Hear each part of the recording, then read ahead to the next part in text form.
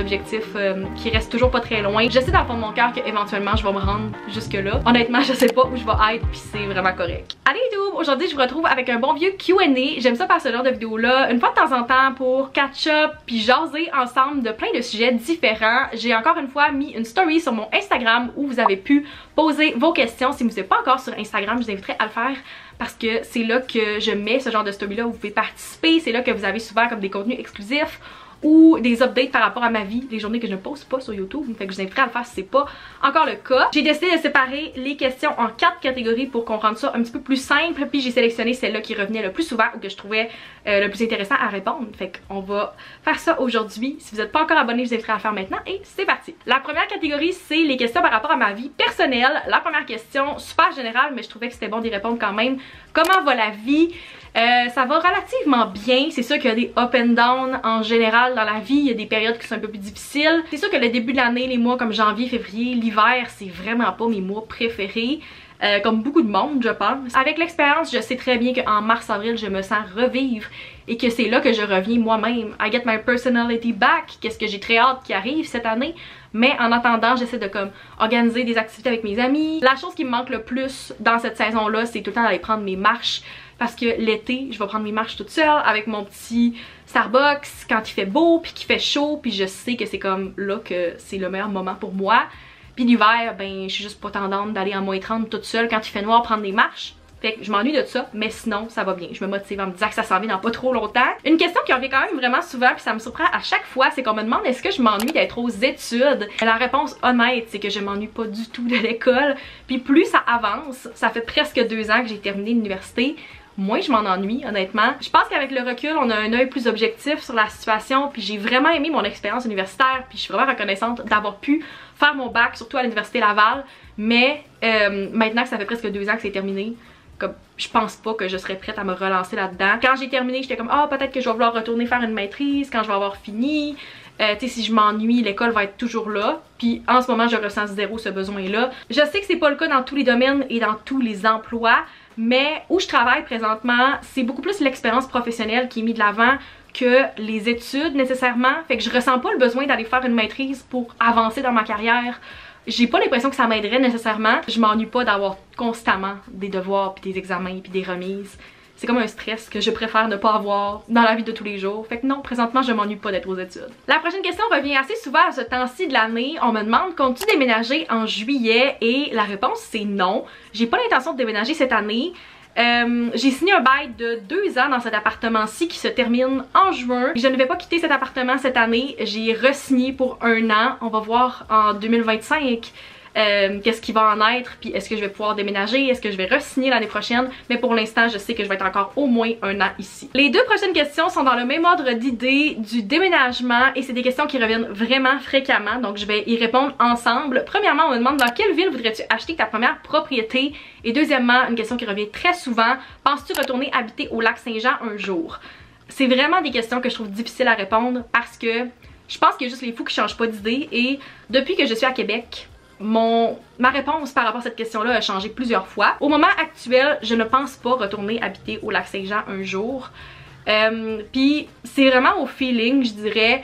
Présentement, je pense pas que c'est l'endroit pour moi. Puis pour répondre à la question, j'aimerais vraiment acheter ma première propriété à Québec ou en tout cas dans la grande région de Québec. Je sais pas encore si ça va être vraiment comme dans la ville ou si ça va être peut-être sur la rive sud de Québec. Je ne sais pas encore. Tout va dépendre du marché, de comme qu'est-ce qui est disponible à ce moment-là, de mon budget. Il y a plein de critères puis de choses qui peuvent entrer en compte dans cette décision-là, mais pour l'instant mon objectif ça serait d'acheter quand même dans la région de Québec. J'ai pas l'intention de quitter très loin à ce moment-là. Maintenant, si on passe aux questions en rapport avec mon travail, on m'a demandé si c'était payant de travailler en agence marketing, puis je trouve ça difficile de répondre à cette question-là parce que je vais devoir généraliser pour y répondre. Mais en général, si vous sortez de vos études au Québec et que vous entrez sur le marché du travail, ce n'est pas super payant de travailler en agence marketing. Souvent, les salaires sont beaucoup moins élevés que si vous travaillez directement dans une entreprise avec un poste similaire en marketing. Et plus vous avez de l'expérience, plus vous vous spécialisez dans un certain aspect du marketing, là votre salaire peut être plus élevé. Mais en général, c'est reconnu que si vous travaillez en agence, le travail est plus intense, plus stressant et vous êtes moins payé. Donc je sais qu'il y a beaucoup de gens qui voient mes vlogs ou qui me posent des questions en DM sur Instagram, qui sont super intéressés, c'est comme hey, moi aussi j'étudie dans ton domaine, j'aimerais ça travailler en marketing, comme qu'est-ce que t'en penses, est-ce que c'est payant? La réponse c'est que non, ce n'est pas payant, surtout pas au début. Je pense qu'actuellement les salaires vont tourner autour de comme 35 000 à gros maximum 50 000 $ par année quand vous entrez sur le marché du travail en agence marketing au Québec. Si vous n'avez pas d'expérience, donc c'est ça environ les salaires, mais souvent c'est comme vers la fourchette plus basse, je vous dirais. Donc non, ce n'est pas super payant au début, ça peut le devenir, mais il faut le faire par passion parce que si vous le faites pour l'argent, c'est peut-être pas le poste pour vous. On m'a aussi demandé c'était quoi mes aspirations de carrière, puis je vais être bien honnête avec vous. Je trouve ça vraiment difficile de dire comme où je veux être dans 5 ans. Puis j'aimerais qu'on normalise de ne pas savoir exactement qu'est-ce qu'on veut faire dans la vie. J'ai toujours été habituée de comme savoir exactement c'était quoi ma prochaine étape, puis comme qu'est-ce que j'allais faire, puis comment j'allais me rendre jusque là. J'ai toujours fait ça quand j'étais plus jeune. Maintenant, je vais avoir 24 ans dans quelques semaines. Je ne sais pas exactement je vais être où dans quelques années dans ma carrière, puis je pense que c'est bien correct. Ça tough parce que j'ai l'impression que qu'est-ce qui est bien vu ou comme normal, c'est de savoir exactement c'est quoi la prochaine étape pour nous, c'est quoi la promotion qu'on veut, le poste dans lequel on veut être dans genre 2-5 ans. Mais j'ai l'impression que beaucoup de gens, soit qui fake ou qui se mentent à eux-mêmes puis sont comme oui c'est ça que je veux, mais dans le fond ils se posent pas nécessairement de questions. Je pense que la meilleure chose à faire si on veut vraiment être heureux puis se sentir à notre place, c'est de constamment se remettre en question, puis de se demander si c'est vraiment ça qu'on veut faire, si on est à la bonne place, puis si on n'est pas à la bonne place, ben de faire un changement. Fait que présentement je suis bien où je suis, mais est-ce que je vais être là dans 5 ans, je ne sais pas. Honnêtement, je sais pas où je vais être, puis c'est vraiment correct. On m'a aussi demandé si j'aimerais avoir ma propre entreprise, si oui, en quoi. Et si vous me suivez since day one, si vous êtes des OG, vous savez que je répondais à la même question quand j'avais genre 14-15 ans. Et j'ai toujours voulu avoir une entreprise, c'est toujours quelque chose que j'ai mentionné. J'ai étudié en administration des affaires parce que c'est mon objectif éventuellement d'être entrepreneur. Mais je ne sais toujours pas en quoi, et c'est la raison pourquoi en ce moment je ne suis pas entrepreneur. C'est parce que je sais pas encore c'est quoi mon purpose. Je pense que ça va venir dans le futur, puis je veux pas me stresser en me disant comme hey c'est quoi que je veux faire, puis me lancer dans quelque chose où je suis pas prête, puis que je suis pas encore certaine, que j'y crois pas en 100%. Fait que c'est la raison pourquoi je ne fais pas ça en ce moment. Mais c'est sûr que c'est un objectif qui reste toujours pas très loin. Je sais dans le fond de mon cœur qu'éventuellement je vais me rendre jusque là. Je ne sais juste pas quand. Ça pourrait être dans 2 ans, ça pourrait être dans 10 ans, je ne sais pas. Mais éventuellement oui, j'aimerais ça être entrepreneur, je sais juste pas encore à quoi. Maintenant pour la catégorie voyage, on me demandait c'était quoi mon top 3 destinations sur ma bucket list. Présentement, je vous dirais que la Croatie me tente tellement, puis je vois tellement de vidéos puis de photos de la Croatie et ça me fait rêver. Fait que définitivement dans mon top 3. Une autre destination que j'aimerais full visiter dans les prochaines années, ça serait le Costa Rica. Je suis jamais allée dans la jungle dans ce genre de climat là, fait que j'aimerais vraiment ça. Puis pour terminer le top 3, je vous dirais peut-être plus en Scandinavie. J'aimerais vraiment ça aller genre en Suède ou au Danemark, ce genre d'endroit là, surtout l'hiver. Je trouve que ça serait tellement un endroit différent puis le fun à visiter. Je trouve que ça a l'air magnifique. Fait que je pense que c'est ça qui compléterait le top 3. Mais évidemment j'aimerais ça voyager un peu partout, puis c'est vraiment dur de choisir juste 3 destinations. Next, on m'a demandé c'était quoi mes conseils pour un premier solo trip, puis vous me direz dans les commentaires si c'est le genre de vidéo qui vous intéresserait, mais je pense que je pourrais faire une vidéo complète sur mes conseils pour un premier voyage solo. Le plus gros conseil que je pourrais donner définitivement, c'est comme d'accepter que vous allez être hors de votre zone de confort, parce que tout le long de ce voyage là j'étais tellement hors de ma zone de confort.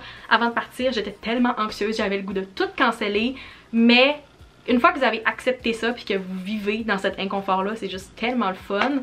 D'aller vers les autres, définitivement. Vous savez jamais qui vous allez rencontrer. Dans mon premier voyage à mon premier hostel justement, j'ai rencontré une fille à peu près de mon âge qui venait des Pays-Bas, était dans mon dortoir, puis on a fini par passer comme une journée à Lisbonne à visiter ensemble, puis c'était juste vraiment le fun parce que j'ai appris à connaître un peu plus sur son pays, puis ça m'a donné vraiment le goût d'aller visiter Amsterdam aussi. Ça serait une destination que je voudrais full aller. You do you, je sais qu'il y en a qui aiment full comme go with the flow, moi c'est pas mon genre nécessairement de voyage, fait que pour être plus confortable d'être toute seule, j'avais décidé de comme réserver directement où j'allais dormir à tous les soirs. Vous pouvez être flexible autant que vous voulez, mais je pense que d'avoir cette base là, ça peut être vraiment pratique, surtout si vous êtes toute seule, à comme se sentir un peu plus en sécurité. Fait que ce seraient mes 3 principaux conseils, mais je pourrais faire une vidéo complète là-dessus si ça vous intéresse. Et finalement pour la catégorie finance, on me demandait c'était quoi les conseils que j'avais pour quelqu'un qui voulait commencer à épargner. Je vais vous référer à certaines vidéos que j'ai faites par le passé parce qu'il y en a plusieurs qui ont couvert le sujet, mais récemment j'ai fait une vidéo sur les 5 gestes à poser dans vos finances en 2024, puis je pense que ça aide quand même beaucoup à rejoindre cette question là. Mais premièrement, faire un budget, ça aide vraiment beaucoup, c'est essentiel selon moi pour savoir qu'est-ce qu'on a de disponible à épargner avant juste d'épargner comme ça puis finalement se ramasser qu'on n'a pas l'argent. Finalement, d'aller voir un conseiller financier, je pense que c'est la meilleure chose que vous pouvez faire, peu importe l'âge que vous avez. Moi j'ai commencé quand j'avais 20 ans à aller voir mon conseiller, mais si j'avais pu y aller quand j'avais 18, c'est ce que je me conseillerais maintenant. C'est une personne professionnelle qui va regarder votre situation à vous, selon votre gestion des risques, l'argent que vous avez disponible à mettre, puis qui va pouvoir vous personnaliser un plan pour vous. Je pense vraiment que c'est le meilleur conseil que je peux donner pour commencer, surtout si vous n'avez pas vraiment de connaissances là-dedans. C'est vraiment la personne qui peut vous aider. Puis par la suite, ben, peut-être que vous allez pouvoir faire des choses un peu plus autonomes, mais c'est quelqu'un qui peut vraiment vous aider dans ce genre de situation-là. C'est toutes les questions auxquelles je vais répondre aujourd'hui. J'espère que vous avez apprécié. N'oubliez pas de me laisser dans les commentaires si vous avez d'autres questions que vous voulez que je réponde prochainement dans une vidéo, de mettre un like si vous aimez les Q&A et on se retrouve dans une prochaine vidéo. Bye!